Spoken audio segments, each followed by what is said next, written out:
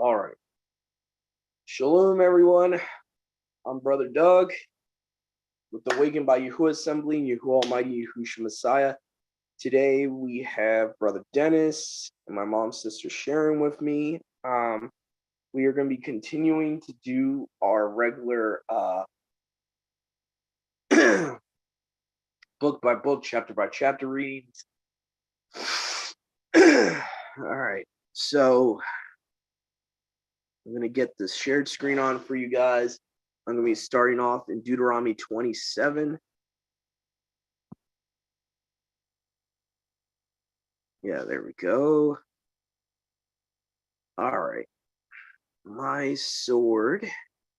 So we can go to Deuteronomy 27 here.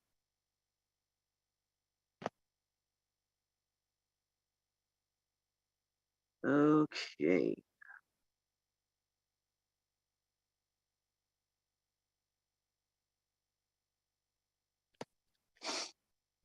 Here we go. And Moshe and the elders of Yashar commanded, saying, keep all these commands, all that I command you this day, and it shall come to pass in the day when you shall cross over the Jordan into the land which Yahuwah your Elohim gives you, that you shall set up for yourself great stones and shall plaster them with plaster. And you shall write on these stones all the words of this law. So this is kind of like the foreshadowing to the mezuzah. It's kind of like a similar concept. Now they're writing the law physically on a stone. As soon as you have crossed the Jordan, which you are entering into the land, and Yahuwah Elohim of your fathers gives you, which Yahuwah Elohim of your fathers gives you, a land flowing with milk and honey, according as Yahuwah Elohim of your fathers said to you. And it shall be, as soon as you are gone over the Jordan, you shall set up these stones, which I command you this day, on Mount Ebal, and you shall plaster them with plaster. And you shall build there an altar to Yahuwah your Elohim, an altar of stones. You shall not lift up iron upon it. And after I finish this chapter, I'm going to talk about how I think the text has been changed there. And I'm going to put forth a theory about which mountain I think originally that text would have said instead of Mount Ebal. But moving forward, verse 5, and you shall build there an altar to Yahuwah your Elohim, an altar of stones. You shall not lift up iron upon it. Of whole stones you shall build an altar to Yahuwah your Elohim. You shall offer upon it whole burnt offerings to Yahuwah your Elohim. So this is again a area where obviously they're first getting into the land. They don't have a tabernacle. They don't have a temple. Yahuwah is trying to give them a command of about the offerings where they're able to offer it to him. So he's basically giving almost like improvised commandment on where to make an altar and stuff like that. Because mind you, this is like the commandment about, where when you get into the land, what you're supposed to do. I think this would be similar to Exodus 20, where Yahuwah says, when you make an altar to me, don't make it of cut stones and stuff like that. So there were times in Yashar's past where Yahuwah would tell them a specific place where to build an altar to offer to him sacrifices before there was a temple. So just keep in context, guys, this is Deuteronomy. This is not later on like Judges or later on like the time of Solomon where there is a temple. So let's be honest here. This is pre-temple time period, okay? So they weren't always allowed to do this. Yahuwah is he's kind of meeting them halfway. He's like, all right, I know there's nowhere to offer me sacrifices, so, build an altar. Once you get into the land of Canaan, build an altar of that, of where the stones are. And you shall there offer a peace offering. You shall eat and be filled and rejoice before Yahuwah your Elohim. You shall write upon the stones all this law very plainly. So a lot of people will say to me, well, Doug, it only is the Shema when they go to Deuteronomy 6:4. Then why in other places, when he's given a similar commandment, he says all this law, all this law? It's not only supposed to be the Shema, okay? It's the whole law. So that's why that custom of the mezuzah makes no sense in modern Judaism today. All they're doing is writing out Deuteronomy 6:4 and they're putting it in a little metal box. That's not what he told you to do. So just saying. Verse 9, and Masha and the priest, the Levites, spoke to all Yashrael, saying, be silent and hear, O Yashrael, this day you are become a people to Yahuwah your Eluah. And you shall hearken to the voice of Yahuwah your Eluah, shall do all his commands and his ordinances, as many as I command you this day. Now, I just want to look at something really quick. Look at something really quick at that verse. Verse 4. All right, so we're at Deuteronomy 27:10.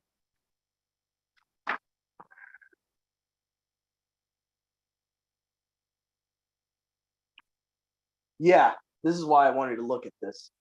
I knew it was a little different. So, interestingly enough, the same exact verse in the Targum would read as, hearken therefore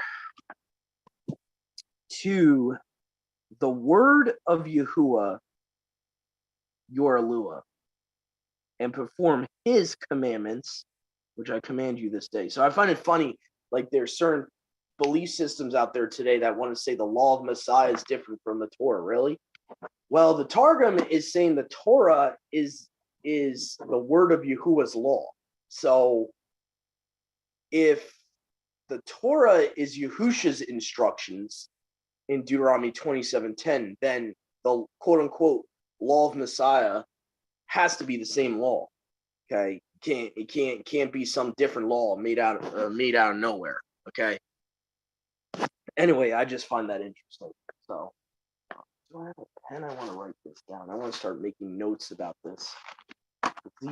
These are specific instances where we have this oneness concept. So, just to reiterate, people that are just watching on YouTube right now, I found out that the Targum Pseudo Jonathan has it reading as to hearken to the voice of the word of Yahuwah your Eluah and perform his commandments.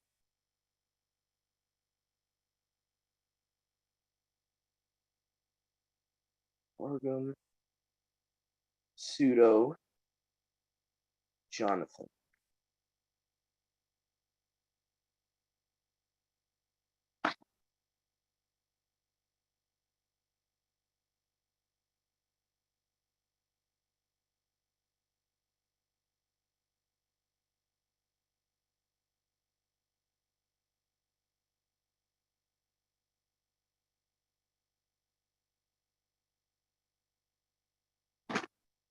I'm going to take a little screenshot of my phone for later to share later on Facebook of this.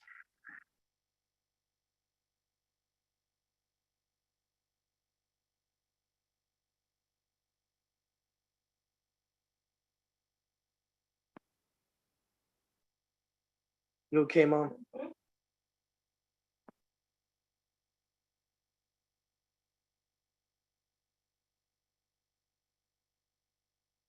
Yeah, take a picture. All right. Moving on, verse 11. Moshe charged the people on that day, saying, these shall stand to Barak the people on Mount Gerizim, and having gone over the Jordan, Simeon, Levi, Yehuda, Issachar, Yusuf, and Benjamin, and these shall stand for cursing on Mount Ebal. Reuben, Gad, Asher, Zebulun, Dan, and Naphtali. And that verse there is going to be very important to look at. So Ebal is supposed to be the mountain of cursing rather than Baraka. And so that's going to kind of lean into my argument about what mountain really he originally commanded for them to sacrifice on. So we're going to, like I said, once we finish the chapter, we're going to go into the Samaritan Pentateuch and show you guys what I'm talking about. So it says here, verse 14, the Levites shall answer and say to all Yashar with a loud voice. Remember, the Levites were the ones charged to pronounce barakas on Yashar.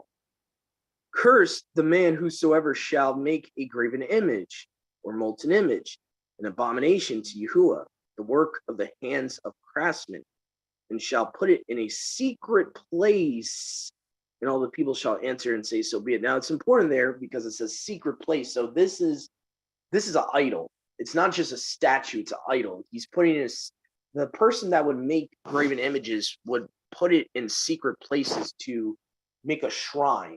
Okay, this is where we get the word shrines from. Okay, it's the concept of like you would make an engraved image of something that represents the deity you're worshiping, and you would put it in your room or your secret place, and you would make a shrine to it. That's what Yahuwah is talking about. He's not saying don't ever make a statue, because if he did, like I said, you have to throw out Nehushtan. You got to throw out the bronze serpent. You got to throw out the menorah. Again, it's important to take that in context. Yeah. Cursed is the man that dishonors his father or mother, and all the people shall say, so be it. I would say a better word than dishonor would be disrespect. That word should probably be disrespect instead of dishonor. Cursed is the man. Cursed is he that removes his brother's landmarks or neighbor's landmarks, and all the people shall say, so be it. And a lot of people will say, Doug, how you know it's their fellow Israelite? Well, if you understand what Yahuwah was doing here as he's bringing them into the land of Canaan, Yahuwah's original intention was to only have his people in that land. So by default, your next door neighbor would be your brother. Like today, what we have is our next door neighbor. Wasn't Yahuwah's original intention. That was because of the curses that were brought upon our Yahuwah's original people, and also to us.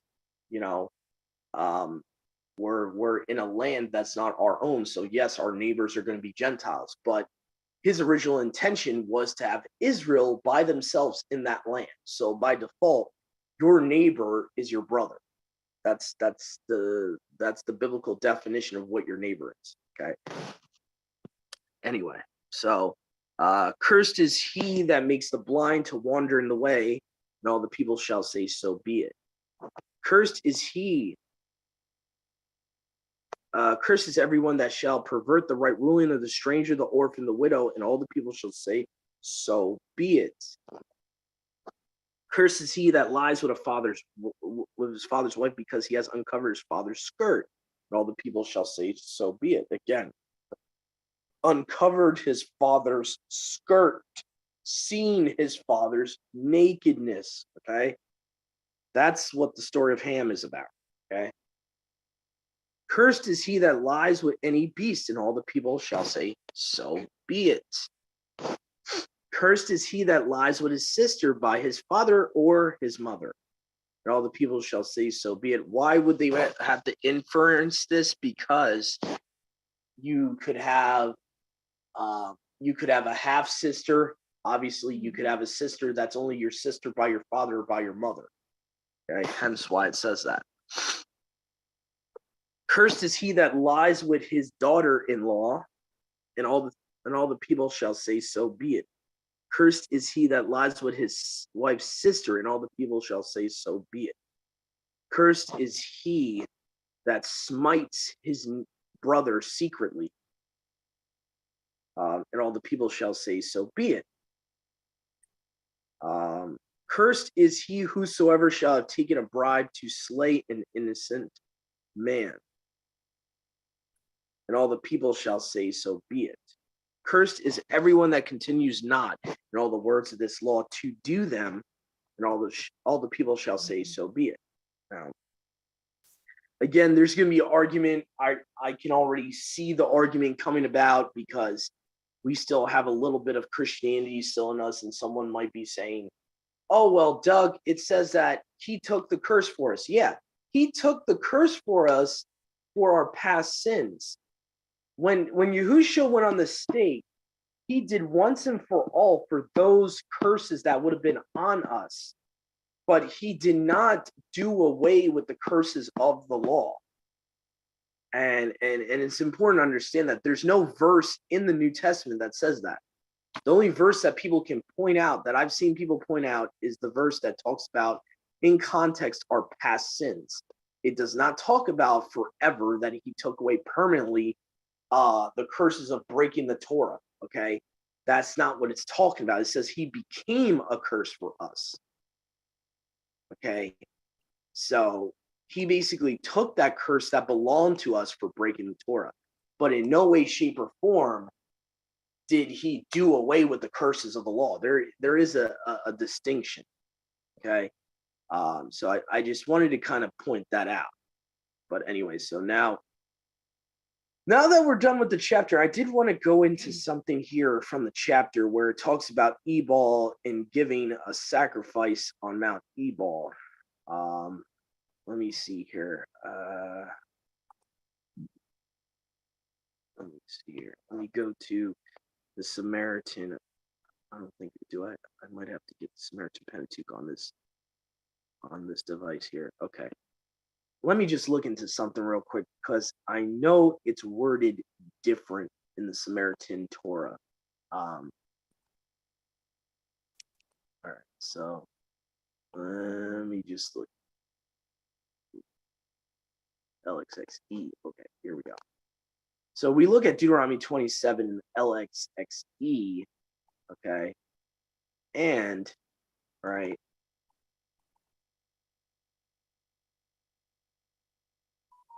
Now, what's important to me here is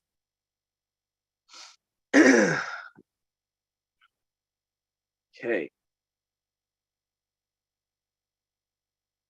All right, so where does it talk about you shall sacrifice them on Mount Ebal? Okay.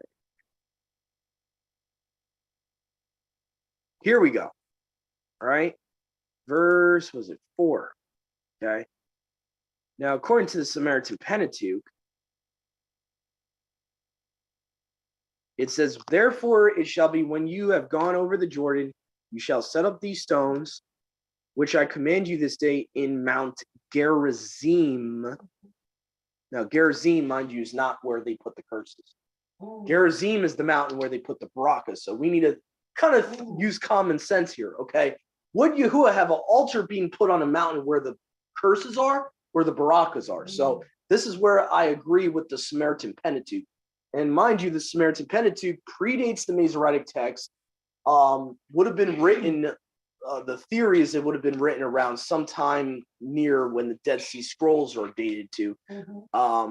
And technically, if they were, that's only about 100 years after the Septuagint. So it's still a pretty old manuscript. So Mount Gerizim, I think, is correct for verse 4 there. So I think at some point in time, some scribes were screwing around and replacing Gerizim with Ebal there.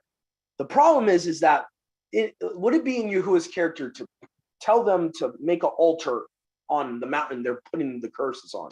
To me, that doesn't make much sense. No. So if you use common sense there, so that I would have to go with Gerizim there, verse 4. So that's the one thing I do like about the Samaritan Pentateuch, is that it does say in Deuteronomy 27:4 Gerizim.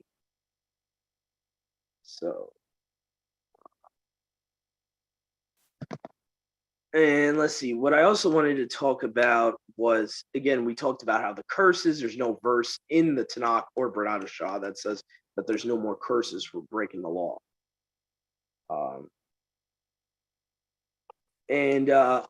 Just to add, if there would be an issue, because that means Deuteronomy 28 cannot pertain to us.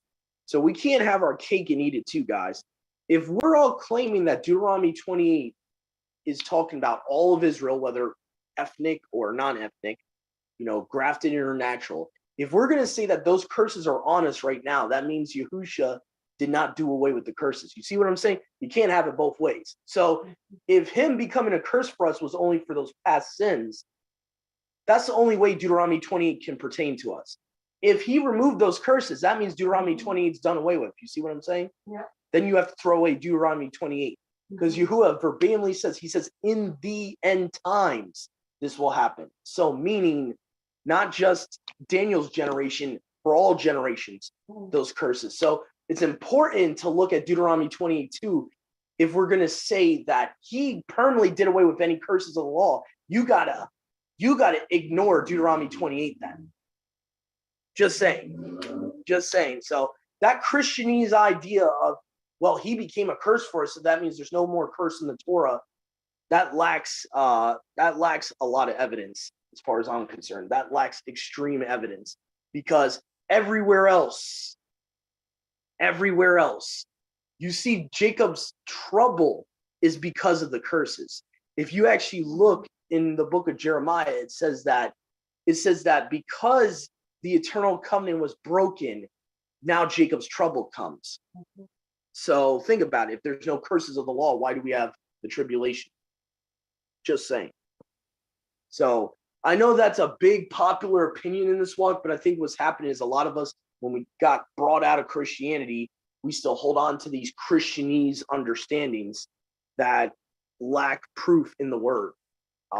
And again, there's a difference between him taking our past curses and becoming a curse for us versus that there's no more curses at all in the Torah. There's a huge difference. So hopefully you guys are understanding what I'm saying in context here. So, but anyway, I just really wanted to point that out because I know that's a big belief system in the Hebraic roots movement, and all that. But other than that, I mean, this is pretty much self-explanatory to me. So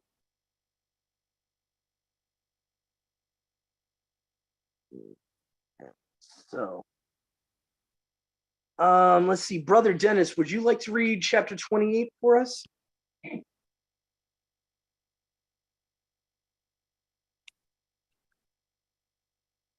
Can you hear me okay?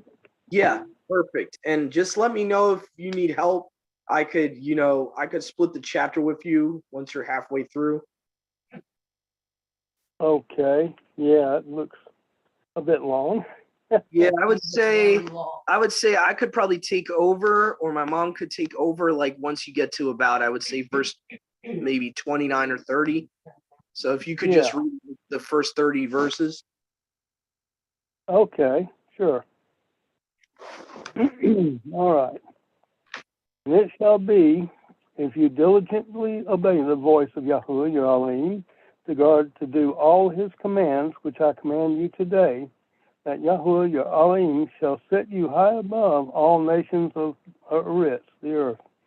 And all these barakas shall come upon you and overtake you, if you obey the voice of Yahuwah your Elohim. Barak are you in the city, and Barak are you in the field.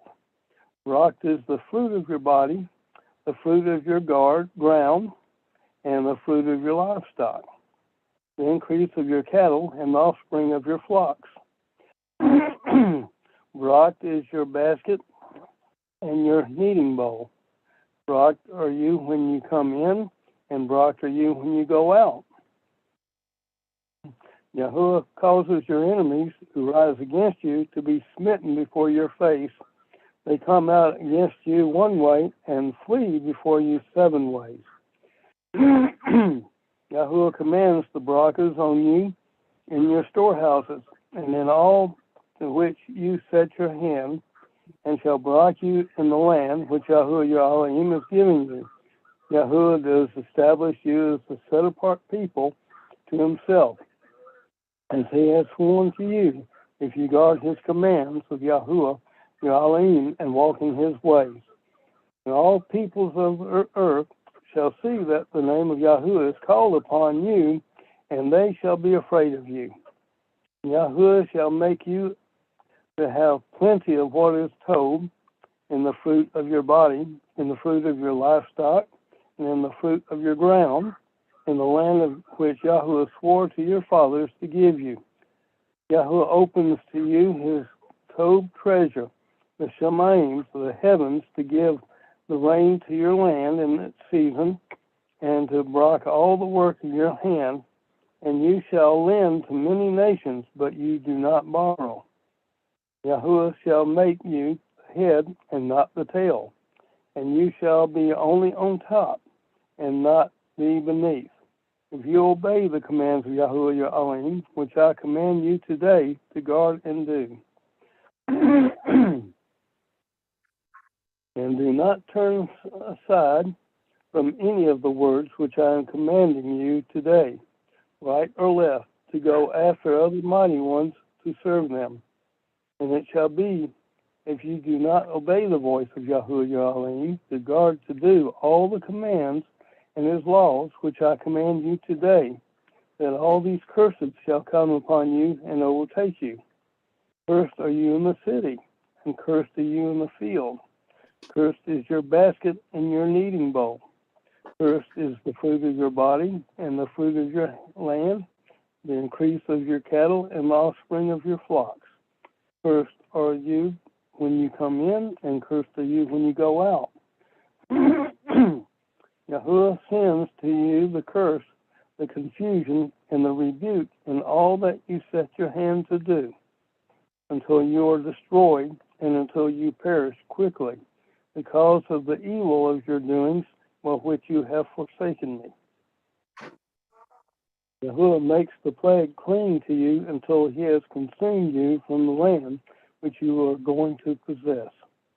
Yahuwah smites you with wasting disease, and with inflammation, and with burning, and with extreme heat, and with the sword, and with blight, and with mildew, and they shall pursue you until you perish.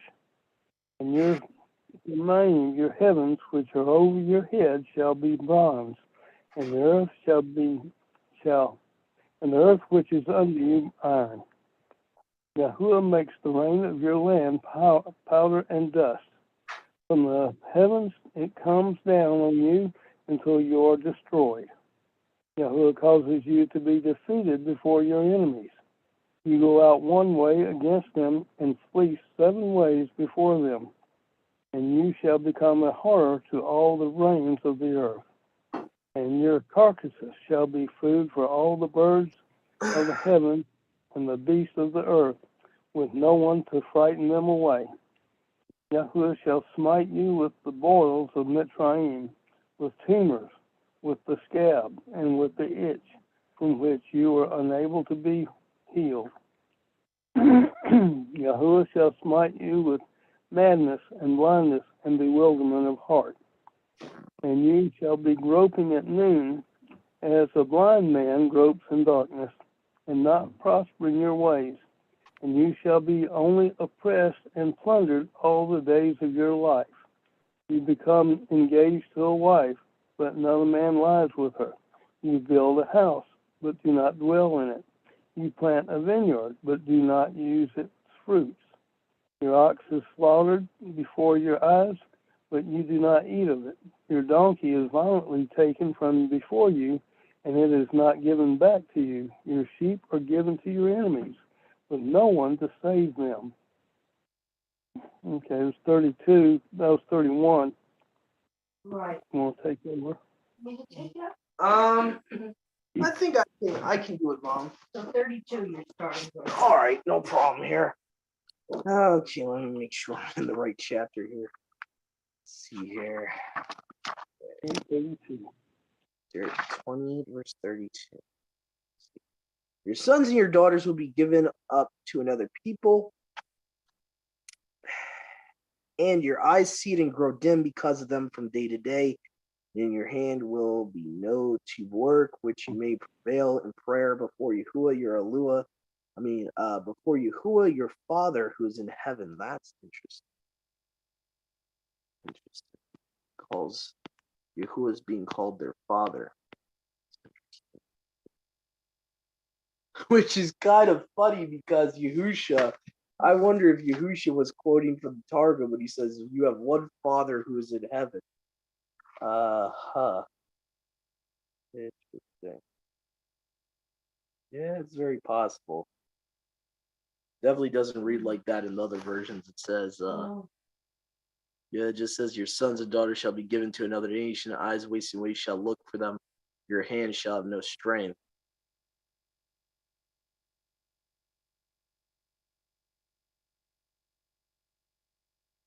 Yeah, so the Pseudo Jonathan Targum actually uh adds almost a extra sentence to that verse, because it says after from day to day it will say, and in your hand will be no to work when you may prevail in prayer before Yahuwah your Alua who is in heaven, and he may save you, that he may save you. That's interesting.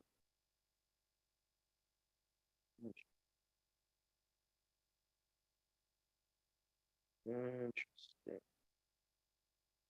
Uh,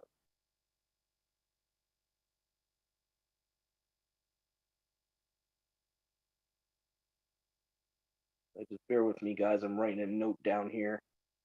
So, also says Yahuwah is their father. Mom, do you remember where in the Good News accounts that Yahusha says you have one father who is in heaven? I thought it was John. Yeah, your father who is in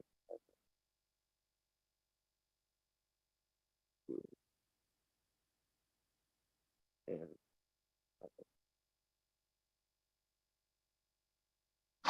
Hmm. So let's see here. All right, so that was verse 32 there. Let's go to verse 33.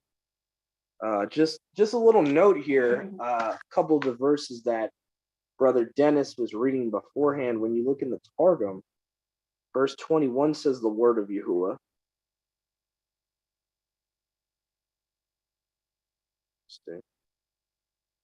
The bar Yahuwah. Verse 22 as well.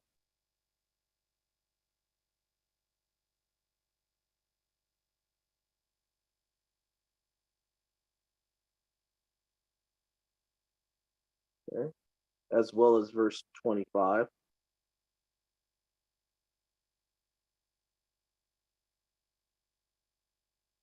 As verse 27 as well. Verse 28.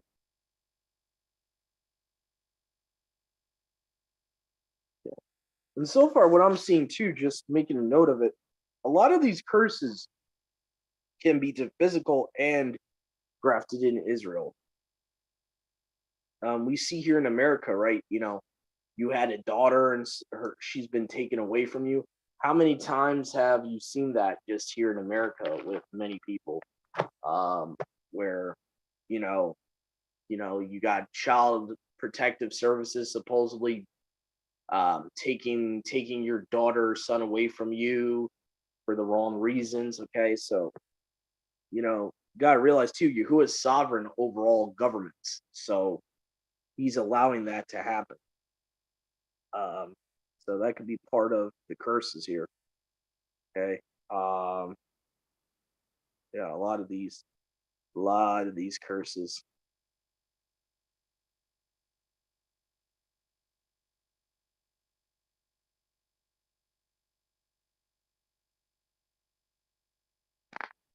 Okay, let's see here. Verse 33, the fruitage of your ground and of your labor will a people whom you have not known devour.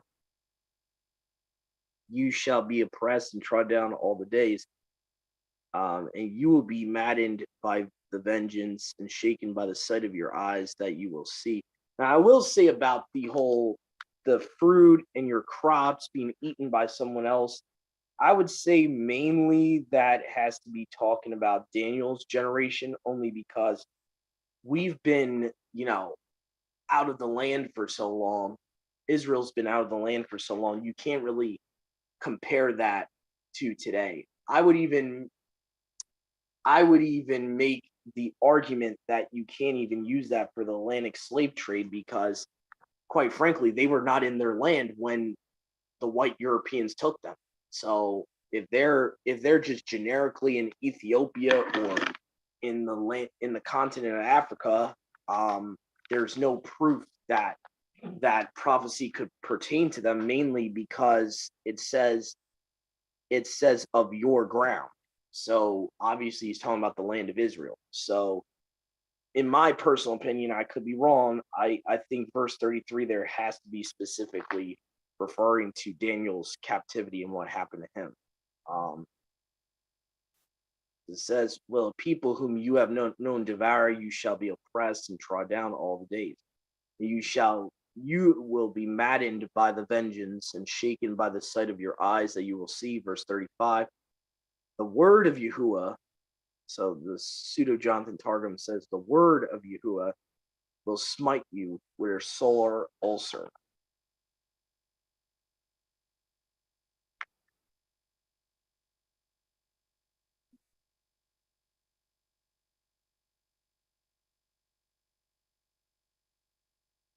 Okay.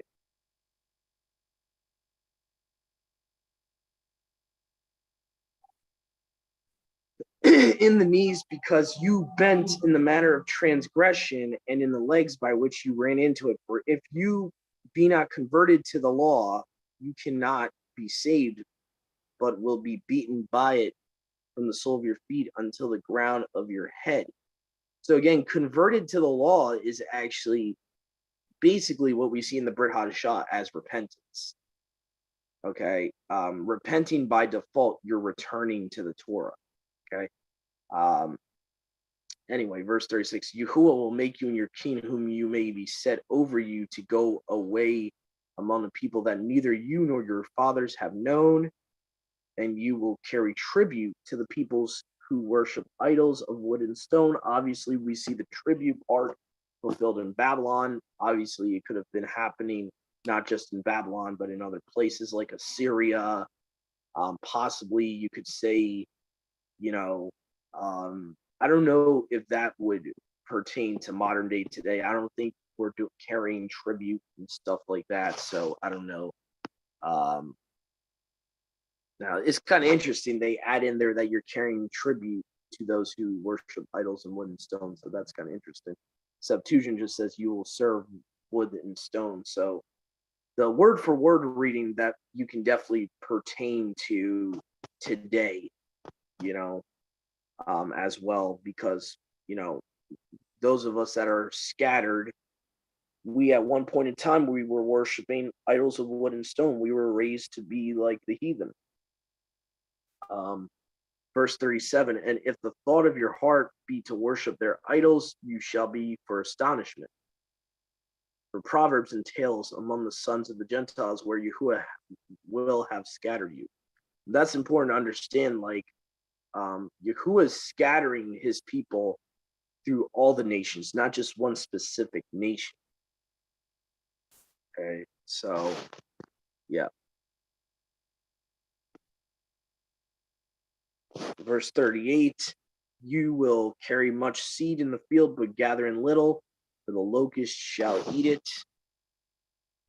Verse 39, you will plant vineyards and will till them, but will not drink the wine, nor press out the vintage, because the worm will have consumed it. Okay.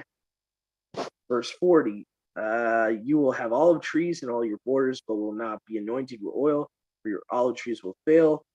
You will beget sons and daughters, but they will yield no advantage, for they will go into captivity. A lot of this we definitely saw, and I can definitely identify in scripture with Daniel's generation. Definitely. Not saying that this didn't happen after his generation, but a lot of this, it's obviously proven with Daniel's generation. All trees and fruits of your land the locust will destroy.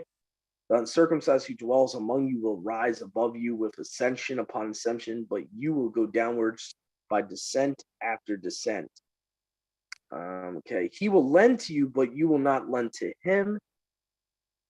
He will be the master and you the servant. So we see that because of the curses, this is what happened. And we see that a lot too nowadays, where Yahuwah's people are not exactly rich. Okay, really, if you're in Yahuwah, most of the time you're just getting by. Now, because of these curses, you're not really, So that could be part of the curses there. I have another idea about that. Yeah. I really, I always kind of go back to, in retrospect, to that thing where the rich man came along and Yeah. when Yahusha was speaking to Yeah. him. And, Yahusha made the point that it is very rare that a rich person Yeah. enters the kingdom of heaven. Yeah, but that's not what this is talking about. Oh, okay. If you go back to the Torah, Mom, his people, if they obeyed him, were supposed to be the head and the Right, nations I the gotcha. tail. Okay. So what Yahusha is saying does not contradict what we just read. He's talking about the point of that parable, Mom, was to tell the Pharisees just because you're rich doesn't mean you're righteous. That's the point he was making. But this point here in what we're reading here has to do with the hierarchy of Yahuwah's people being above the nations. Basically, Mom, I don't know if you remember, in Deuteronomy, before this, he says, if you obey me, you will lend to other nations. Right. You will lend, but you'll never ask money from them. Now here it's the shoes on the other foot because they disobeyed. Now they will be the tail. So that's the context of that. But I understand what you're saying. You're talking about the whole thing about being in the kingdom and all that. Yeah, that the being rich doesn't mean you're in right with Yahuwah. So that's the point he was making, is that you can have riches and still be wicked. So for that you would not serve before Yahuwah your Elohim cheerfully with rightness of heart for the abundance of all too. Verse 48, but you will serve your enemies, whom the word of Yahuwah will send against you, in hunger, thirst, nakedness, want of every tube, and they will put an iron yoke upon your necks until it has not worn away. And I could definitely see the argument made there for the Hellenic slave trade about the yoke, to a physical yoke of iron on their necks.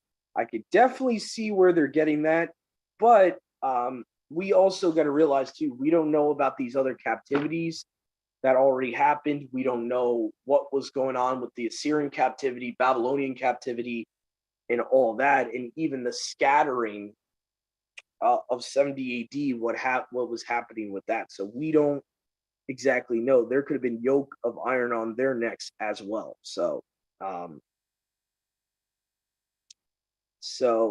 it's very possible that there's multiple fulfillments of verse 48 there.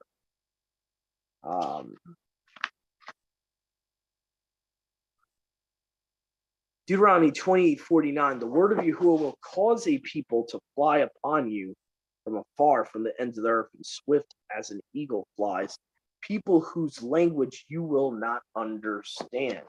Obviously, there's multiple fulfillments for this, but I could definitely see the Babylonian captivity there. Assyrian, they would not know the sound of their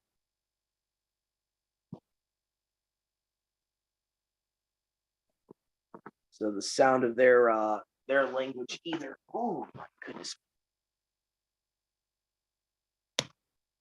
All right. Okay. Let's go to verse 50 here. A people hard in visage who will not respect old, have pity on the young.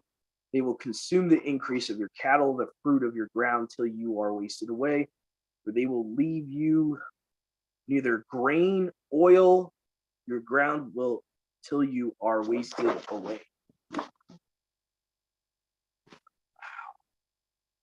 For they will leave you neither corn nor flocks until that they have destroyed you.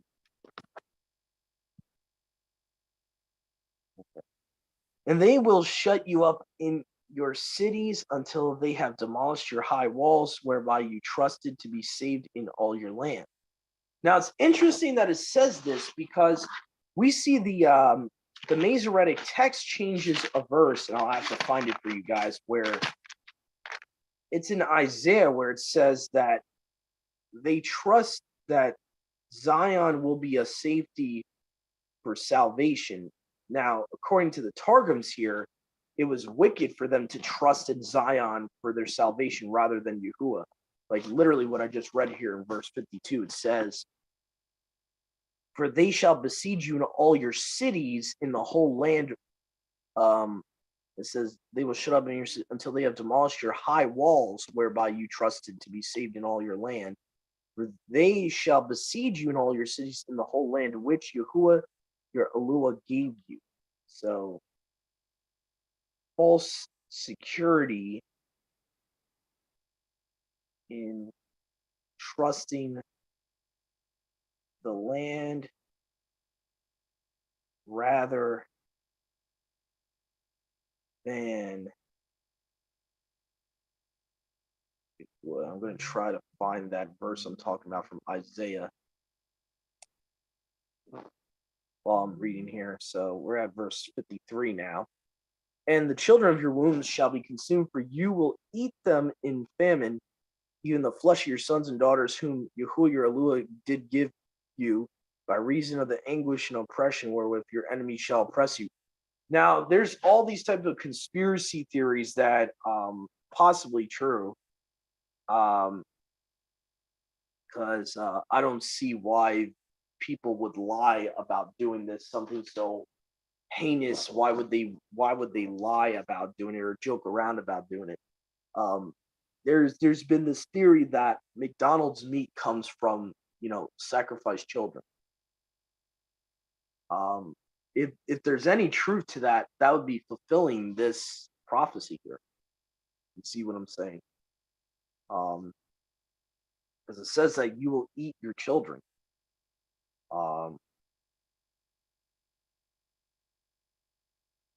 And again, that pertains to all of us here. All of us at one point in time were eating McDonald's and not realizing, what could have been in McDonald's food. "The man who is gentle and refined among you will look with evil eyes upon his brother, and the wife who reposes on his bosom and upon the rest of his children who remain. He will not give one of them the flesh of his children which he eats, because nothing remains him in anguish and straitness."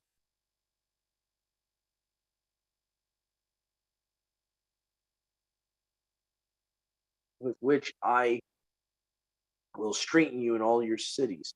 She who is delicate and luxurious among you, who has not ventured to put the sole of her foot upon the ground from tenderness and delicacy, will look with evil eyes upon the husband of her bosom, upon her son and her daughter, and the offspring she has borne, for she will eat them in secret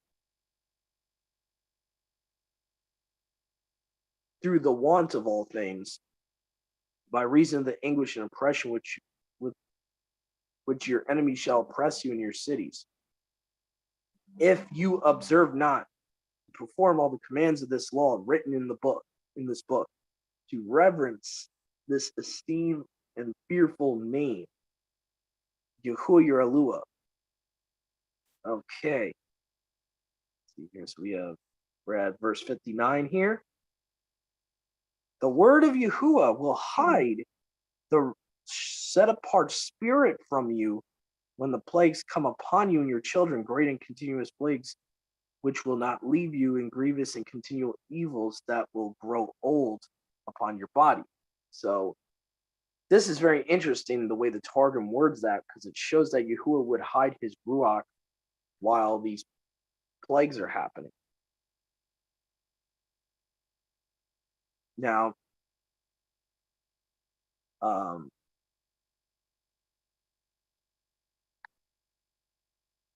so it seems like the Targum's adding a little bit there, but I could kind of see that as being legitimate, where Yahuwah is turning his face away from them. He's hiding his Ruach from them. I could see that as a plausibility.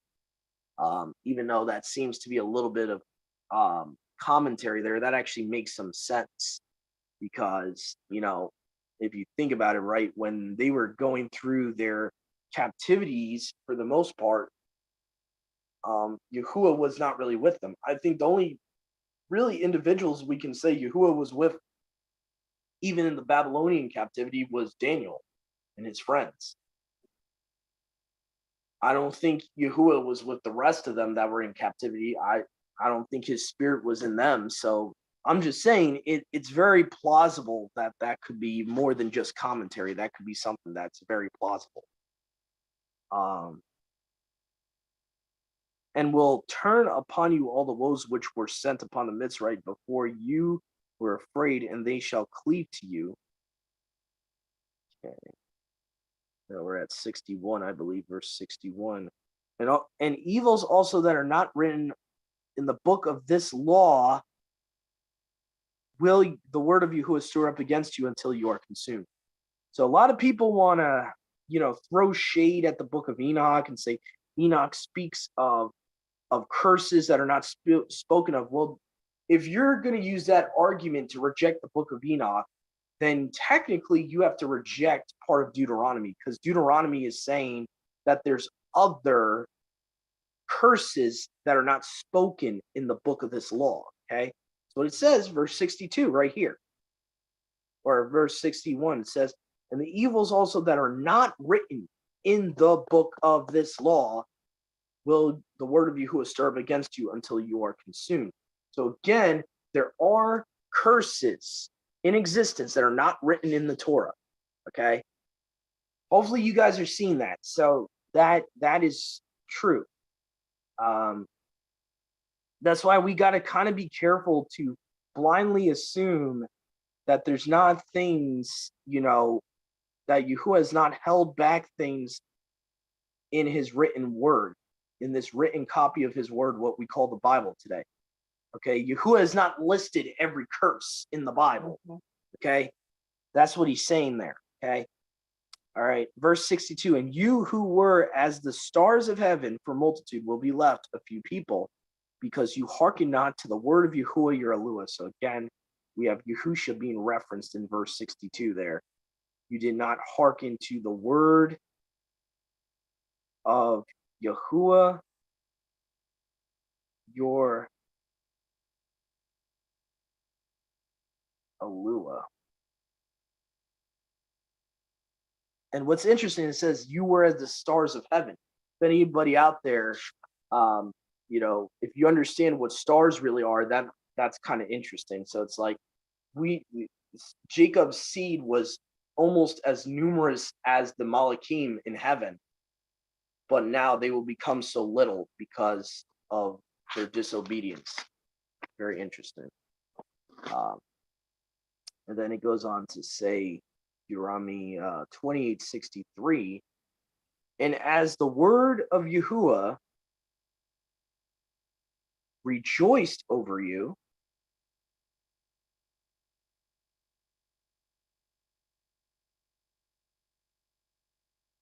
to do you tube and to multiply you, so will he rejoice against you, to send against you strange nations to destroy and make you desolate, and you shall be uprooted from the land which you are going to possess.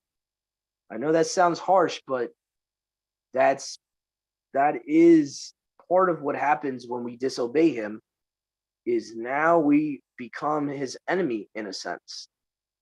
We have made ourselves his enemy. That's why there's enmity between the Father and us. There is a concept, even the Brit Hadashah, that when Yahusha took on flesh, he came to do away with the enmity, okay, between the Father and mankind, and more specifically between the Father and Israel, you can even say.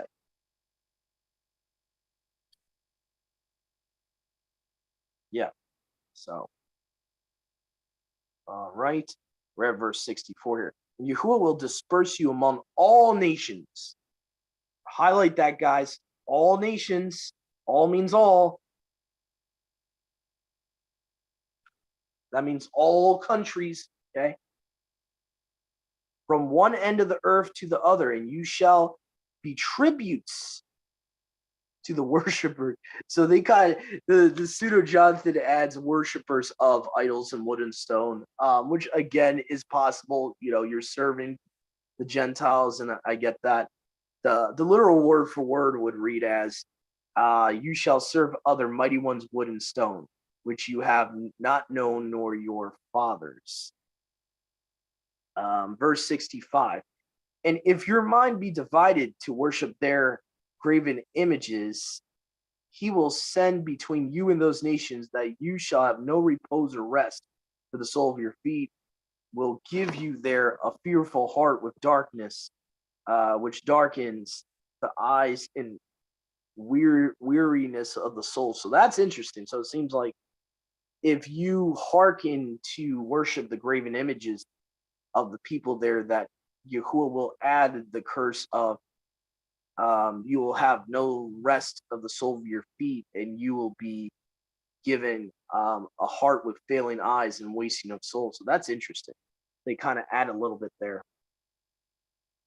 It's kind of interesting that it seems to be a conditional curse there. If you follow, according to the Targum, if you follow their mighty ones of wood and stone.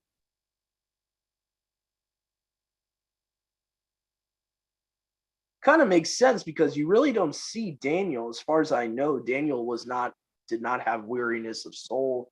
He did not have feeling of eyes. So I could kind of see that little bit added commentary being legitimate, like being inspired, because you really don't see the righteous ones of Israel when they're in captivity that they go through this at all. So, and your life will be in suspense. You will be in dread day and night, have no assurance of your life. In the morning you will say, "Oh, that it were evening," for afflictions will make the hours of the day longer before you. In evening you will say, "Oh, that it were morning," for afflictions will make the hours of the night longer before you because of the terror of your heart, where you will be in stupor by a vision of your eyes, which you will see for punishment and be terrified. Wow. So like almost like a dream of terror, like a dream of almost like visions, like Job says that sometimes Yahuwah sends visions of terror at night to cause people to repent. It's kind of an interesting commentary in verse 67 there.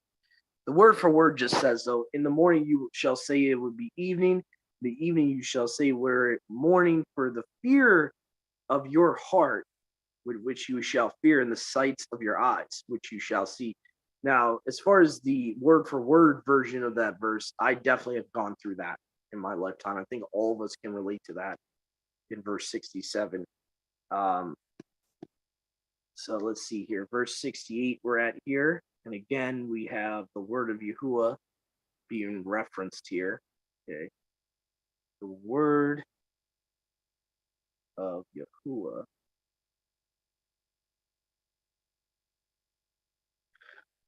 will bring you captive to Mitzrayim in ships through the sea of Suf, by the way you passed over, of which I said to you, no more shall you see, and there you will be sold to your enemies at the beginning for a dear price, as artificers, afterward at a cheap price, as servants and handmaids, until you be worthless to unpriced labor, and there be none who will take you. Now that's kind of interesting commentary there in verse 68. So it seems like the Pseudo-Jonathan Targum's making it very specific where the ships are taking them to the way of Egypt, the Sea of Suf. That's interesting.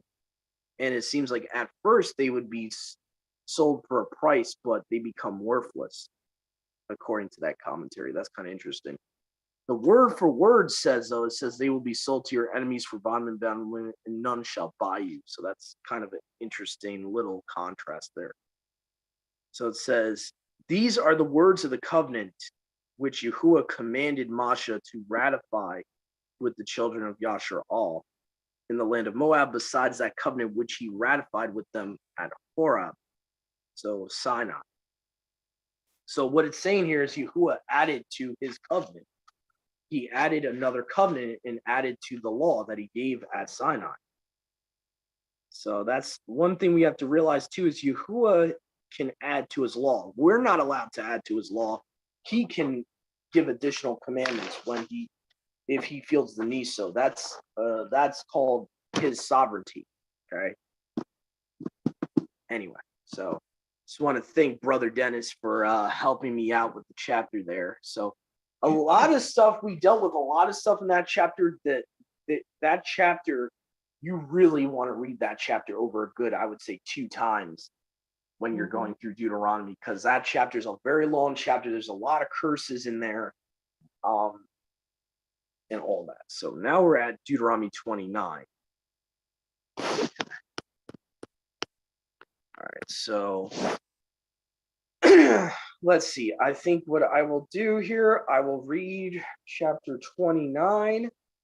Or, Mom, you think you could handle 29? Yeah, I can do it, honey. All right. Okay. Okay. These are the terms of the covenant Yahuwah commanded Moshe to make with the children of Israel in Moab, in addition to the covenant that he made with them at Horeb. Moshe summoned all the children of Israel and said to them, your eyes have seen all that Yahuwah did in Egypt to Pharaoh, to all his officials, and to all his land.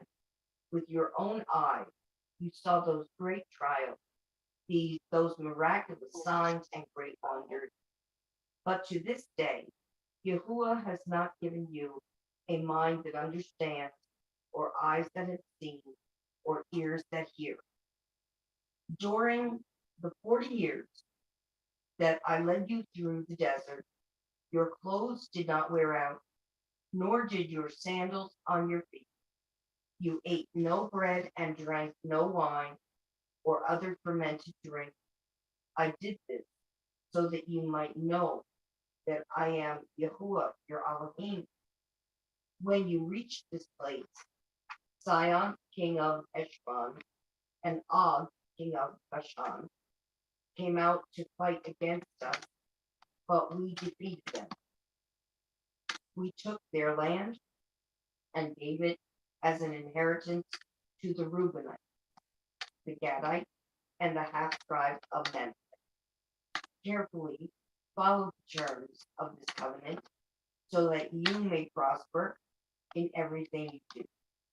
All of you are standing today in the presence of Yahuwah, your Elohim, your leaders, and other chief men, your elders and officials, and all the other men of Yashrael, together with your children and your wives and the aliens living in your camps, who chop your wood and carry your water.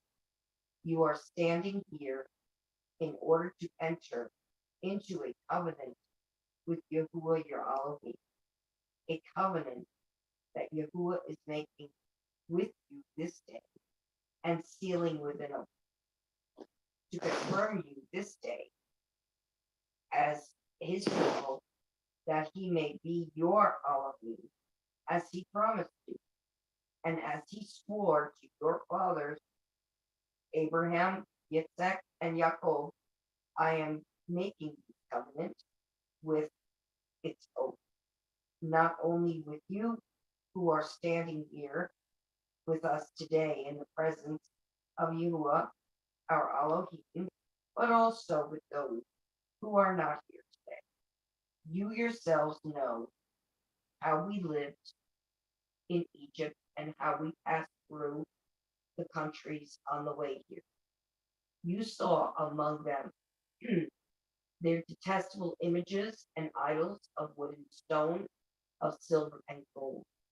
Make sure there is no man or woman, clan or tribe among you today whose heart turns away from Yahuwah, our Elohim, to go and worship the mighty ones of those nations. Make sure there is no root among you that produces such bitter poison. When such a person hears the words of this oath, he invokes a blessing on himself and therefore thinks, I will be safe even though I persist in going my own way. This will bring disaster on the watered land as well as dry. Yahuwah will never be willing to give him his wrath, and zeal will burn against that man. All the curses written will fall upon him, and Yahuwah will blot out his name from under heaven. Yahuwah will single him out from all the tribes of Israel for disaster, according to all the curses of the covenant written in this book of the law. Your children who follow you to later generations and foreigners who come from distant lands will see the calamity that have fallen on the land and the disasters with which Yahuwah has inflicted it. The whole land will be a burning waste of salt and sulfur, nothing planted, nothing sprouting, no vegetation growing on it. It will be like the destruction of Sodom and Gomorrah, Admah and Zeboim, with which Yahuwah overthrew in fierce anger. All the nations will ask, why has Yahuwah done this to this land? Why this fierce burning anger? And the answer will be, it is because this people abandoned the covenant of Yahuwah, their Elohim of their fathers, the covenant he made with them when he brought them out of Egypt. They went off and worshipped other mighty ones and bowed down to them. Mighty ones they did not know, mighty ones he had not given. Therefore, Yahuwah's anger burned against their land, and so that he brought on it all the curses written in this book, in furious anger and in great wrath. Yahuwah uprooted them from their land and thrust them into another land, as it is now. The secret things belong to Yahuwah, our Elohim, but the things revealed belong to us and to our children forever, that we may follow all the words of this law.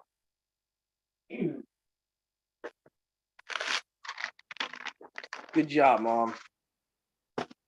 All right, so, and that's probably the most important. If you don't get anything else from this chapter, the two main verses that my mom read from about don't think and deceive yourself. Say, I continue going my own way, that he won't punish me. And Yeah. the very last verse is the second most important verse, is the secret things belong to him. What belongs to us is his law to keep it. Basically meaning the only knowledge we are entitled to is his Torah. We're not Right. entitled to know every little physical, Yeah. historical event that's ever happened in human history. That's not really, we really shouldn't be that concerned with that. We should be focusing on what pertains to us is his law, right? That's what Masha says right there. Okay, so this is key and important. This will really ground you, in my opinion, from going off into, all these different types of conspiracy theories and going off into every little apocryphal book under the sun. Yeah. If you understand that all that pertains to us, or all that we should be concerned with, is his Torah, then we already have that. We have it. We have it. We have Genesis to Revelations. We have it. Mhm. So, and again, so that, to me, that was the most important thing really that my mom read about there. So obviously this is really we're starting to get closer to the end of Deuteronomy, and where now you have the so to speak, you have now kind of, you start seeing that Yahuwah is giving all these warnings, because he's like, I know what you guys are about to do. I know you guys are going to rebel. listen, this is what's going to happen. When you do rebel, this is what's going to happen. Now, obviously, these curses didn't come upon them right away. Yahuwah waited for Israel's sin to reach to the heavens, like he does with everyone else. He treated Israel just like he would treat the nations as far as with judgment. He waited for their sin to reach all the way into heaven. And when did that happen? Well, the Babylonian captivity was when their sins reached the heaven. So from this point on to the book of Daniel, this whole time period of the Tanakh, from the beginning here to the end of the Tanakh time period, we have this gap of time that we're getting into right now, where you're going to start seeing that Yahuwah is very merciful. He deals with them again and again and again. To put it in perspective, it'd be like a husband dealing with a wife that's constantly adulterous and taking her back every time, taking her back every time, taking her back every time, to the point where the husband can't take anymore and then has to divorce her.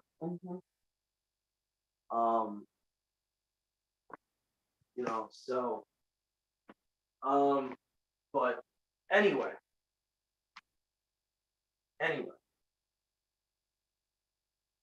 So hopefully you guys are seeing that. We're about to be in the last chapter here, so just trying to see. There was like one or two things I caught from chapter 29 I want to talk about briefly before we go into 30. Some things I've noticed as my mom was reading. Okay, for example, in verse 4, I found it interesting that the Septuagint, instead of just Yahuwah, says Yahuwah Alua or Yahuwah Elohim. Okay. Very interesting. Those of us that have done this study before about who Yahuwah Elohim is, when you see that compound name, it's very interesting. And it kind of shows that Yahusha is being referenced here as Yahuwah, is what's going on. And it says, yet Yahuwah Alua has not given you a heart to know, eyes to see, ears to hear until this day. Meaning he's allowed them to have spiritual blindness until this day. Because now he's making a full-on covenant with them. So he's opening their eyes spiritually. You're right. You're right. Your thing is way up here. I'm Like, sorry, I don't Mom. have much I'm room. sorry. It's all right. It's okay. All right. So anyway, that was one of the things I caught was in Deuteronomy 29:4. Yeah. So anyway, all right. Let me just see here.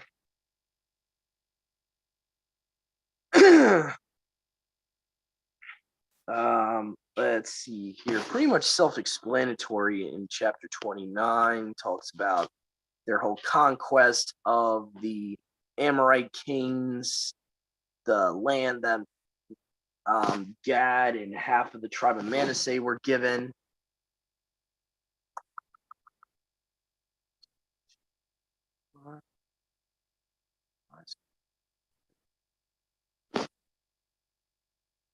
I think verse 13 is also very important as well. It says that he may appoint you to himself for a people.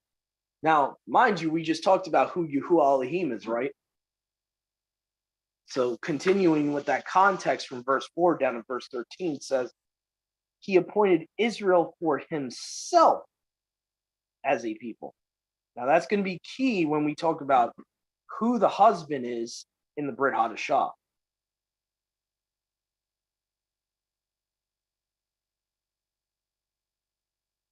Okay. Now, mind you, according to, I'm just going to briefly talk about the marriage paradigm here, the mystery as Paul talks about it.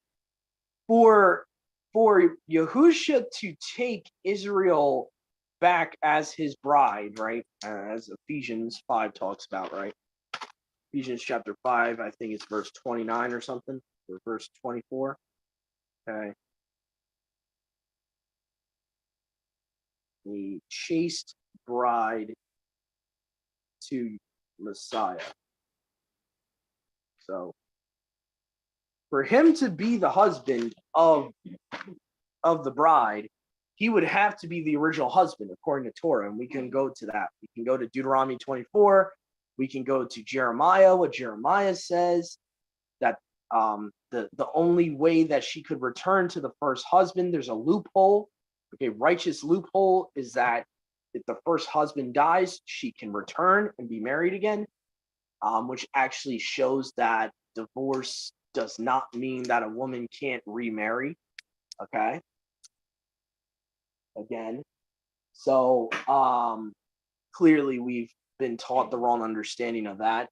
When a woman's divorced, she's free to remarry. That's actually the context of divorce. Okay. And the husband does not have to be dead for that to happen. Okay. We're going to do a full study about that, really go deep into that, Yahuwah has been showing me that the whole time Israel was divorced from him, they became another's husband. Another's wife. Their husband was the wicked one. When that was going on, they were married to another. They were married to Baal. Okay. So for the wife to come back to the first husband, though, that she was originally married to, that first husband has to die. According to the book of Jeremiah, according to the Torah on marriage, that's the way it goes. You cannot have a new husband die for a wife of the original husband. If the original husband's still alive, she can't go back to him. This is the mystery. This is the mystery of the good news. Yahuwah, the Father himself, had to die for his bride. It's the only way that can happen. So, anyway, just wanted to kind of give you a little context on that while I'm talking about this. So, I think it's very important that it says that he should appoint to himself for people. He didn't appoint them for anyone else as a people. He appointed Israel to himself. Okay.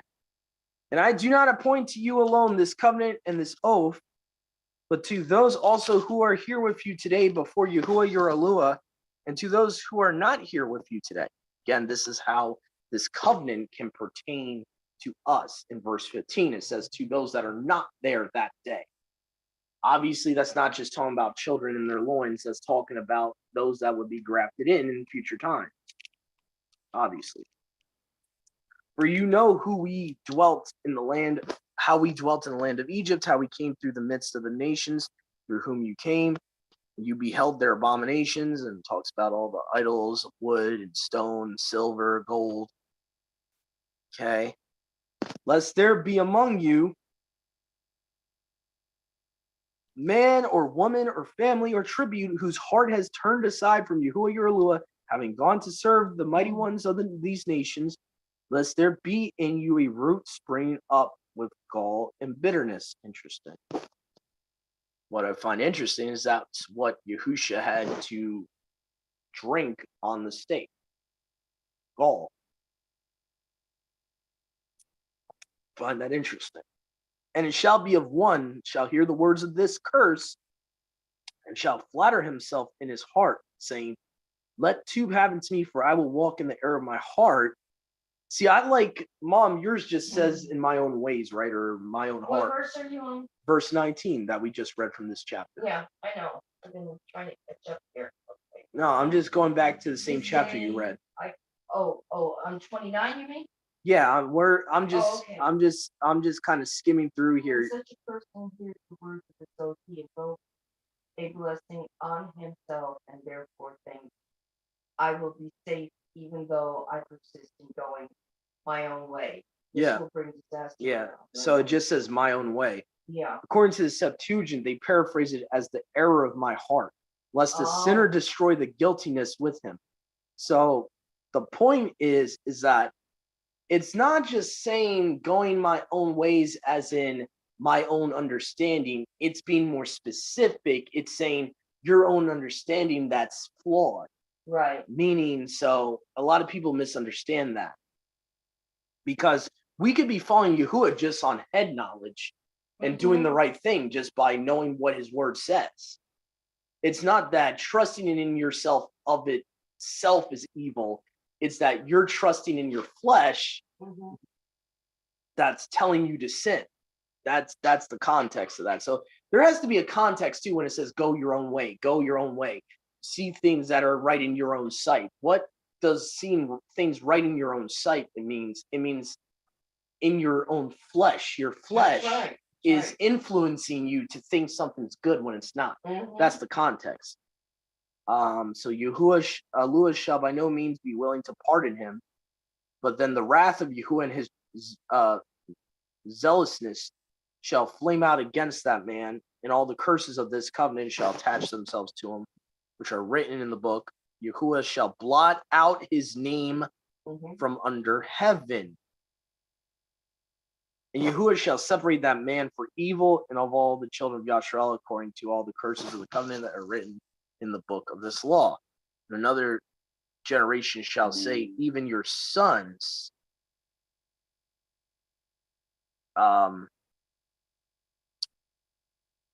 and the stranger who shall come from a land afar off and shall see the plagues of that land and their diseases which Yahuwah has sent upon it, brimstone, burning salt, as Sodom and Gomorrah were overthrown, Zoibim, and all the nations shall say, why has Yahuwah done this to this land?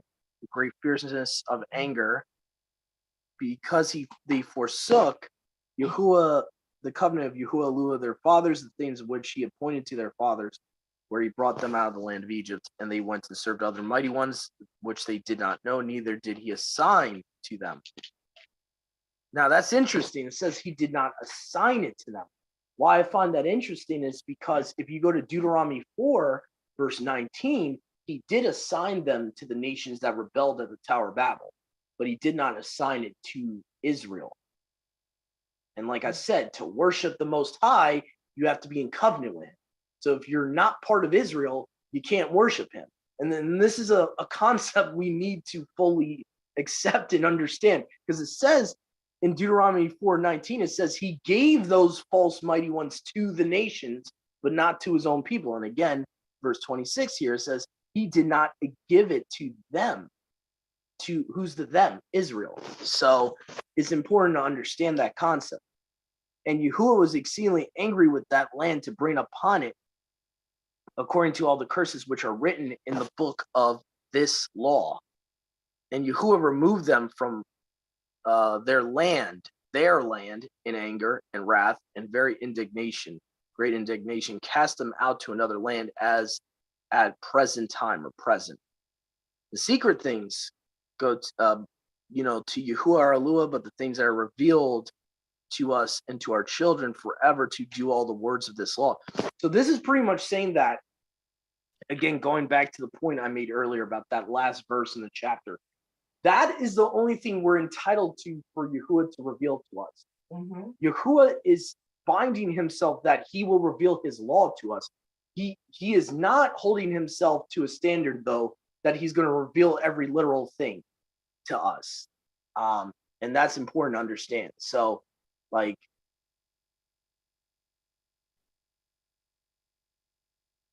so again, this is something we need to understand, because people always say to me, well, we don't know about certain things and this and historical things that happened, in the time period of Masha, and the Tanakh time period. We don't know every little thing that happened. We don't need to. According to that verse, we don't need to. So, to my point, should we really be seeking out these pseudepigraphal books? No. Probably not, according to that verse. Probably it's not pertinent. It's not important. It's He really wanted not. us to know. It's if he really thought not it was important. necessary for us to know, he would have told us. And I know some people will argue and say, certain books are part of the Torah. Well, those same books contradict the Torah, so by default, they're not part of the Torah. The Mhm. Torah can't contradict itself. It can't, it can't. If those books, to their argument, are part of the Torah and I'm wrong, it should not contradict Genesis and Malachi. So that's the standard we have to have. Okay, so you can't pick and choose. You can't say, oh, some of this book seems to be Torah and the other. Well, I'll just ignore. That's not how it works. It's not how it works. that falls short of Yahuwah's standard. The whole book has to be inspired. You can't, if there's a book or a literature that's outside of the Bible that contradicts itself, or some of it contradicts the Bible, other parts don't, that's what you call leaven. That's what you call half and half. So by default, it can't be scripture. It can't be Torah by default. Doesn't matter that it has certain positive things in it. That's besides the point. So anyway, just wanted to put that out there. Oh, go ahead, Mom. We can get. I had an experience myself very shortly, actually, before the time I felt that he had really changed me. You know, I was delving into things like wanting to know things that really aren't necessary, things that a lot of people, and he showed me a little lesson. He gave me one little lesson, one little tap in the hand, and I was like, yeah, I get it. I don't need to know. I can remember trying to look up, you know, what Yahusha was doing between the ages of 15 and 30. You know, and you get ridiculous answers. I want to say ridiculous answers. And I remember trying to look that up and saying how ridiculous. I was angry at myself, I think, more than even what they had said. Yeah, the only sources for that mainly are like Catholic and Gnostic sources, which is why I never looked into it, because I knew that the Bible never talks about it. Legitimate sources never talk about it, but the Gnostics have their own opinions and they preach another Yahusha. So what they believe about his adolescence, I could really care less, because they preach a whole nother Yahusha. I mean, it goes as far as they think he went to Egypt and practiced divination. India is the answer I got. Well, India was after. If you know the whole story, I know the whole story. Oh, okay. The whole story, what the Gnostics and New Agers believe, Mom, is that when he was from a baby to 30 years old, he was in Egypt. And what they'll do is they'll take the one verse that says, I called my son out of Egypt and all that. They add to scripture and say that he was in Egypt the whole time, from like when he was like a toddler to 30 years old. Then he went to India. India is part of the story, but India is like the end of that false story. So the whole context of that story is they believed he learned the magic of Mitzrayim and sorcery and crap. So you got to understand too, from those stories, who are the people making up those stories? They are Gnostics. They don't believe in the biblical Yahusha. They believe in a cosmic Christ. They believe in a New Age Christ that does divination, all that. And, you know, it's very similar to a lot of these stupid extra biblical books that preach another Yahusha, in my opinion, like the Gospel of Kaledi, that's now renamed supposedly the Book of the Nazarene, whatever. Okay, a lot of these books promote a Gnostic, Kabbalistic Christ that is different from Yahusha. It will claim to be Yahusha, this cosmic Christ, but it will not have his character. It will have a different character. It will be a different person. It will be someone who's more ecumenical, universalist. What else? That, you know, identifies the creator as an energy source rather than a personal being, which, by the way, the Nazarene book does. For those out there promoting that book, you might want to take a closer look and really test that book before promoting it as scripture. Okay, it promotes a almost like Dragon Ball Z type of theology, where, you know, you got an energy field that's supposedly like the creator. Okay, so again, that's what a lot of people don't understand about that. But yeah, Yahusha's adolescence was never documented. It was never documented. Yeah, you'll never find anything legitimate about his adolescence outside the Bible. It's not documented. It's not important. And that's where we get kind of the danger me and my mom are talking about here, for those viewing and listening, is when you're curious about everything. There's an old saying, curiosity killed the cat. Okay, we don't need to know everything. Okay, Yahuwah doesn't want us to know everything. And this is actually of the devil too, to want to know everything. What? Think about it, right? What happened in Genesis chapter 3? What did Satan say to Adam and Eve? He said, oh, well, he just wants you, you know, to paraphrase here, he just wants you to be in this little matrix in the garden here. He doesn't want you to know things. He doesn't, you know, if you take of this fruit, you'll have far vast more knowledge than you have right now, and you'll be your own creators. You'll be your own gods. So that innate fall of man is in all of us to want to know everything. Yeah. That's part of our flesh. Our flesh wants us to know every little stupid little thing that doesn't matter. That's our flesh. Our flesh distracts us and gets us on rabbit trails of unessential things. Anyway, the Gnostics were big into knowing everything. So that's what you got to understand. So they would create things and create stories because they feel like they had to fill in the gaps and this and that when it's not necessary. Because they idolize knowledge. Just to put it in perspective here, you can take back the Greek word gnosis, or Gnostic comes from gnosis, which means to know or be in the know. So the Gnostics believed, well, we got this secret knowledge that you don't know. And they got so puffed up with knowledge that they worshiped knowledge. The idea of knowledge was worship. And you can see that with the Greek philosophers. They were Gnostics too.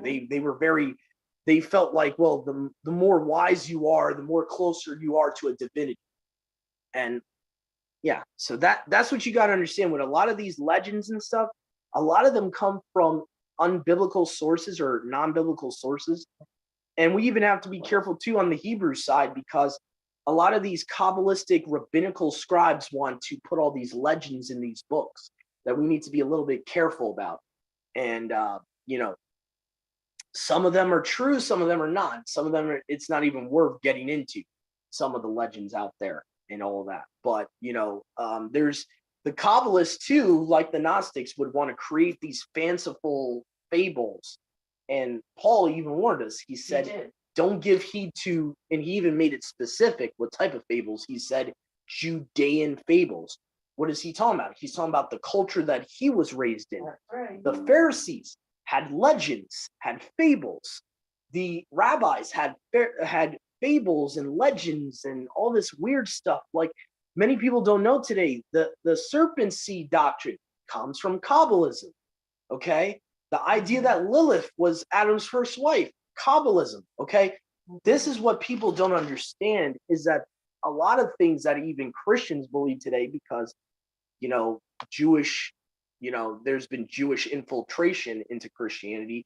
There's a lot of Jewish fables that even seminaries are teaching, okay, that they don't even realize. The gap theory, it seems to come from Kabbalism, because I was looking into one of the Targums where there's commentary and they try to make it seem that there's a gap between Genesis 1:1 and 1:2. So even the gap theory possibly could have came from Kabbalism. So we need to understand that, and like I say, guys, when I'm reading the Targums, I'm very careful with the commentary. That's why I don't mention certain commentary. I ignore certain commentary that's added into the verse, because sometimes it's unbiblical, some of the commentary. But the reason I'm mentioning this is that a lot of these false doctrines, like the gap theory, serpent seed, all of these either come from Gnosticism, Kabbalism, and they're basically, they feel the need to have to create these fables to make the Bible make sense. That's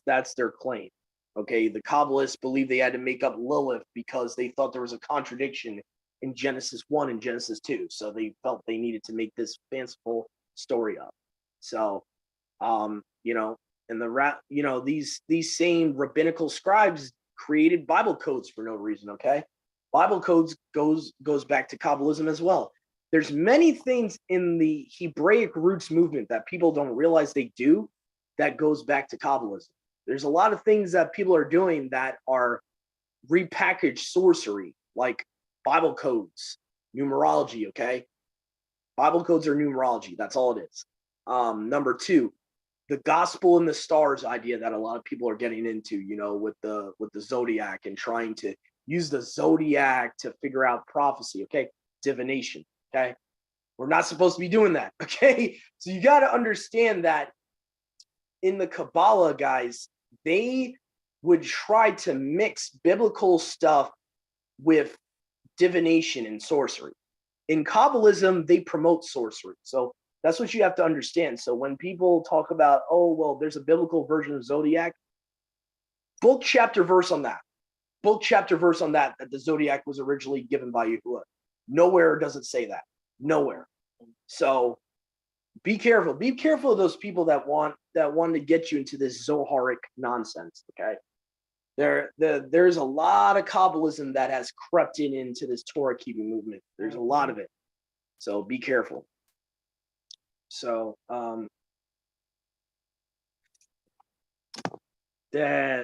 anyway, but okay, so where was I going here? Chapter 30. Sorry guys for that big rabbit trail, but I felt the need with verse 29 there to try to explain how that pertains to us today. You know, only be concerned with his word, his instructions. Anything else is extra. It's interesting to know as far as gaps that are in the Bible, as far as gaps of information. If we ever do find legitimate sources about Yahusha's, adolescence, great. It's not a need to know. Okay, it's not on a need to know basis. So anyway, Deuteronomy 30, and it shall come to pass when all these things shall have come upon you, the Baraka and the curse which I have set before your face, you shall call to mind among all the nations wherein Yahuwah shall have scattered you. Again, nations, plural. Okay. And shall return to Yahuwah, your Alua, and shall hearken to his voice. I'm just going to make a physical note of verse 1 there. All the nations.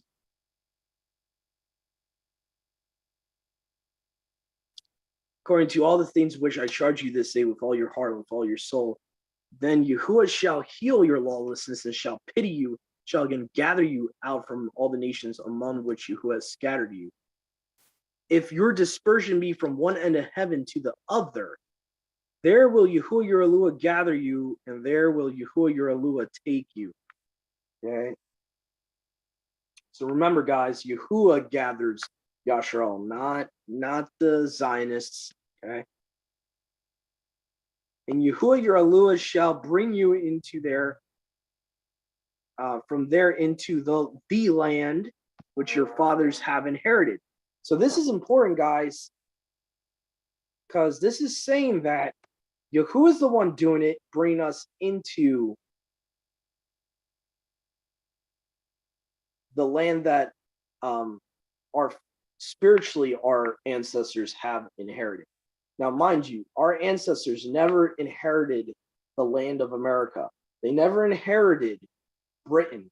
They never inherited Scotland. They did not inherit Asia, the continent of Asia, as far as China, Japan, and all those type of Asian countries. Yahuwah gave them one inheritance, one specific land to inherit, the land of Canaan. So we must not spiritualize this. We cannot spiritualize this, okay?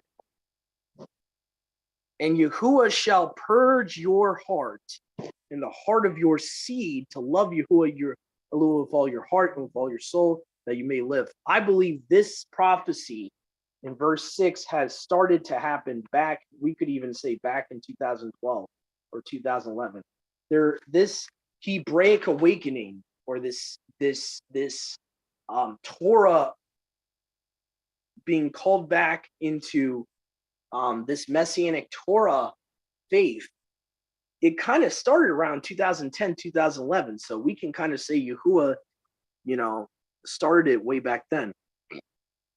In my personal opinion, guys, I think I agree with Rob Skiba that it might also have something to do with the slumber of Ephraim, right? Where is that in the book of Ezekiel, Mom, where it talks about Ezekiel was told to lay on his side for Ephraim's sins? I'm just going to look this up real quick because this might tie into verse 6 here. Ezekiel laying on his side for Ephraim. So basically, there's a prophecy because of the house of Israel and their lawlessness that they would be spiritually asleep for a certain time period.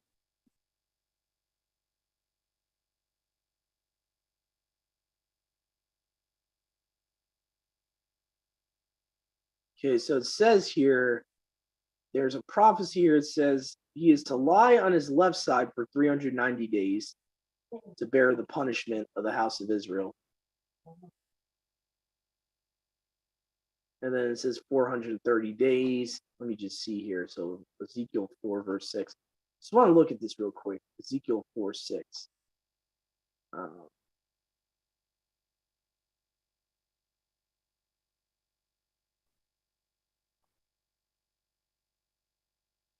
Says here, and you shall accomplish this, then shall lie on your right side, and shall bear the lawlessness of the house of Yehuda 40 days. I have appointed you a day for a year. So the 40 days represent allegorically 40 years. You shall set your face to the siege of Jerusalem, shall strengthen your arm, shall prophesy against it. Hold, I have prepared bonds for you. The siege shall be completed. All right, here we go. Says here in verse 9,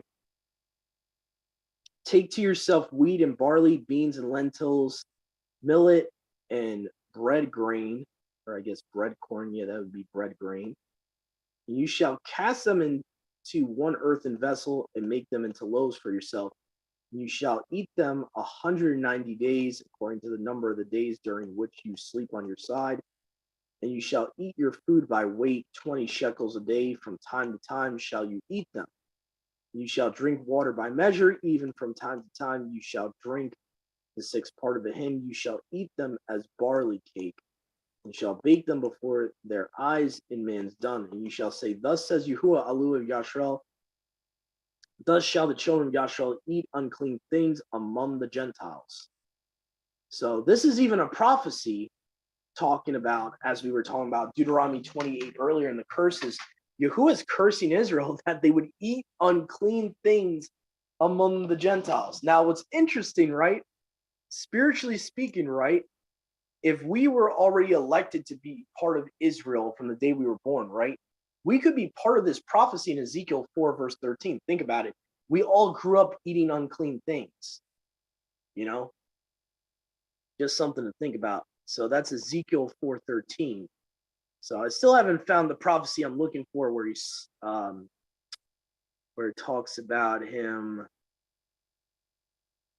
like 40. I think I saw the one for Judah where he's supposed to lay on his side for 40 years. Yeah, I'll have to look back into that, but I'm actually glad I went to Ezekiel 4 because Ezekiel 4:13 seems to link back to Yahuwah's people are prophesied that they would eat unclean things among the Gentiles. Now, obviously, since we grew up in pagan households, that definitely has happened.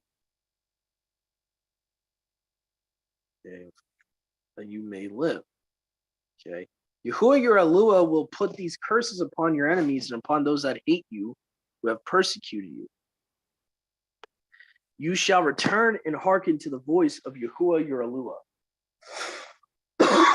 Now, something I did want to look up here. Just curious here. Let me just look this up real quick. Okay.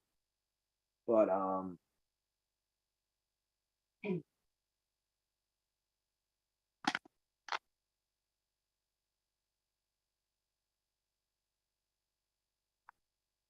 see here. Deuteronomy 30, verse 8. Bear with me, guys. There was something I wanted to look up real quick.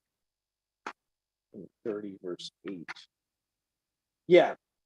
So the Pseudo-Jonathan Targum says, but you shall return and be obedient to the word of Yahuwah and do all his commandments that I command you this day. The reason I'm bringing this up, guys, is because, like I said, there's this false concept in Christianity that somehow he has a different law from the Father. Well, if it says here that the Torah is his commandments, that means the quote-unquote what Christianity wants to call the law of Christ, okay, cannot be different from the Torah. It's impossible. Because it says the word of Yahuwah to do all his commandments, okay?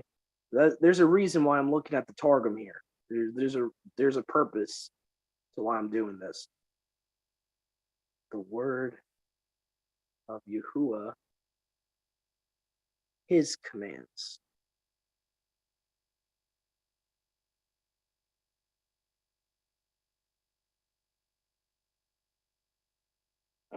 Okay.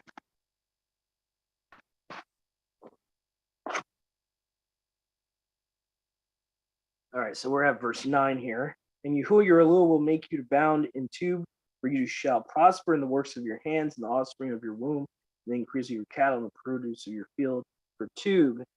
For the word of Yahuwah will return to rejoice over you, to barak you as he rejoiced over your fathers. Interesting. The word of Yahuwah will return. Sounds like the second coming to me. That's kind of interesting. I don't know if they intended to word it like that, but that's what it sounds like to me. So that's verse 9.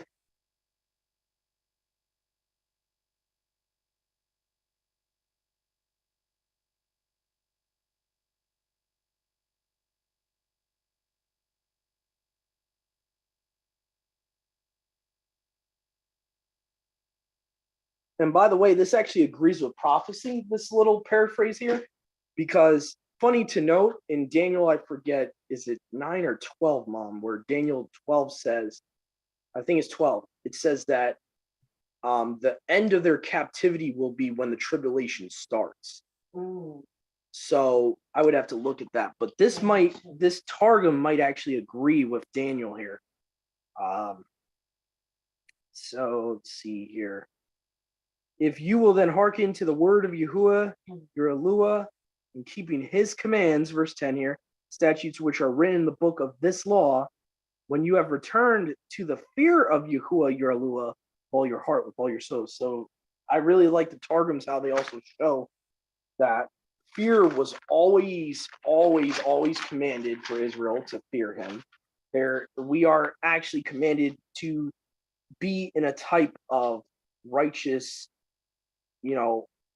trembling before Yahuwah, or in terror, if you want to use the word terror. Okay. Fear. Okay.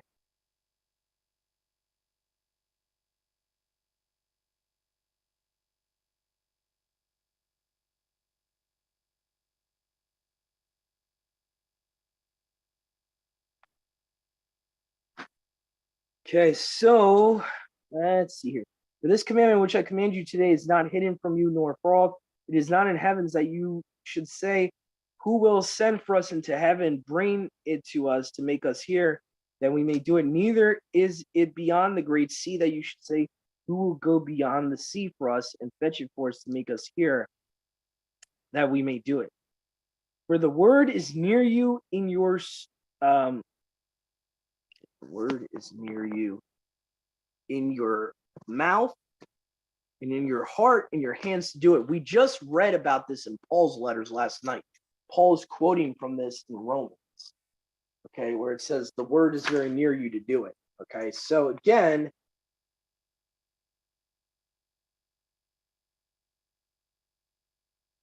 you guys should check out that study we did last night, Romans 10 to 12. Okay. Behold, I have set before you this day the way of life, where is the repayment of the reward. Interesting. He kind of adds a little bit to that verse there in verse 15. It doesn't just say life and death. It says, wherein the repayment of the reward of two unto righteousness, and the way of death, where is the retribution of the wages of evil unto the wicked. You know what's interesting is Paul, right? What does he say? He says the wages of sin is death. Mhm. That's similar to what the Targum here says in Deuteronomy 30:15. Now, again, I'm definitely not denying that Paul could have known about these Targums, because again, he was a former rabbinical, he was formerly a Pharisee. Okay. He most likely knew about these Targums and used certain terminology from the Targums in his own letters. Okay. For I teach you today to love Yahuwah your Elohim, to walk in his ways that are right before him, to keep his commandments, statutes, and right rulings, and live and multiply, that Yahuwah your Elohim may barak you in the land which you are entering to possess it.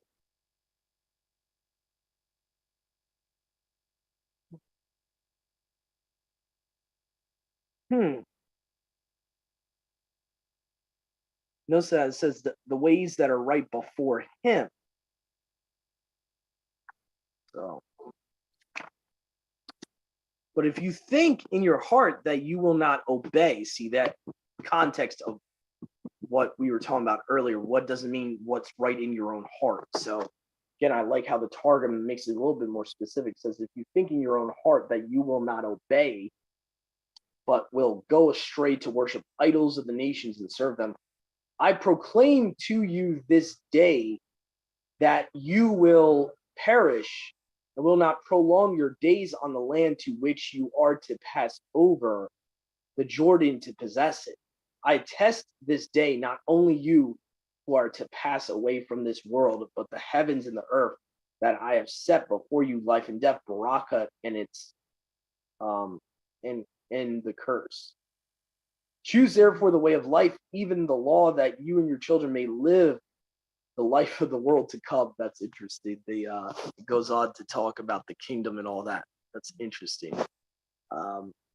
That you may love Yahuwah your Elohim, to obey his word and keep close unto his spirit, for the law into which you occupy yourselves will be your life in this world and the prolongment of your days in the world that comes. You shall be gathered together at the end of the scattering and dwell upon the land which Yahuwah swore to your fathers, to Abraham, Isaac, and Jacob, to give it unto them. The reason that's important, how the Targum words it, the Targum, what they're doing here, adding a little bit there, they're taking the concept of prophecy, of what prophecy says about the end of the captivity, and they're putting it into this verse is what they're doing. So they're saying you will be gathered together, meaning all Israel will be gathered together at once at the end of the scattering. So we see that in Daniel, by the way. So I do want to show you guys that in Daniel 12 real quick, to show you they're not making this stuff up. They're not shooting on the fly here, as old saying goes. Okay. So it says here, the wise, water of life, clothed in linen. Right here, verse 7, Daniel 12:7. I heard the man clothed in linen who was over the water of the life, over the water of the river, and he lifted up his right hand and his left to heaven, and swore by him that lives forever, it should be for a times, half a time, 3.5 years, when the dispersion is ended, they shall know all these things. Interesting. So he's saying that the dispersion won't be over until the tribulation has happened, which actually agrees with what we read about the Targum there in Deuteronomy 30. The commentary in the Targum in Deuteronomy 30 agrees with Daniel 12:7. So it's very possible these scribes had an understanding of when the captivity ended, and they felt the need to add the commentary into Deuteronomy 30 for context. Obviously, I don't think they should have added it to the verse. Obviously, do not add or take away, but I do think they meant well, because they were trying to tell the reader who's reading the Torah that that's when this is supposed to happen. That's when the regathering is supposed to happen. So I do understand they meant well by what they did, but still, you're not supposed to add or take away. But so anyway, so that's the end of today's study. Hopefully you guys got something out of it. And again, I'm going to try my best, guys, to really look for that exact Ezekiel prophecy for the house of Israel. And if I can find it, I'll be sure to, cite it on the comment section. So thank you guys for joining us. I trust that you enjoyed this study. If you've been with us for this long, you probably enjoyed it. Any new viewers and listeners, I would really recommend, if you're watching from YouTube, please like, share, and subscribe. And if you've already, like I said, you already tuned in for the whole study here and you're still here, you might as well subscribe and click on the notification bell since you like this study. You'll probably like more of ours, and that way you'll be notified in the future. Again, so thank you very much, everyone. Have a great rest of your Shabbat, all of our brothers and sisters out there. And let me just put my camera on. So Shabbat Shalom, all of our brothers and sisters. Have a great rest of your Shabbat, and see you next time.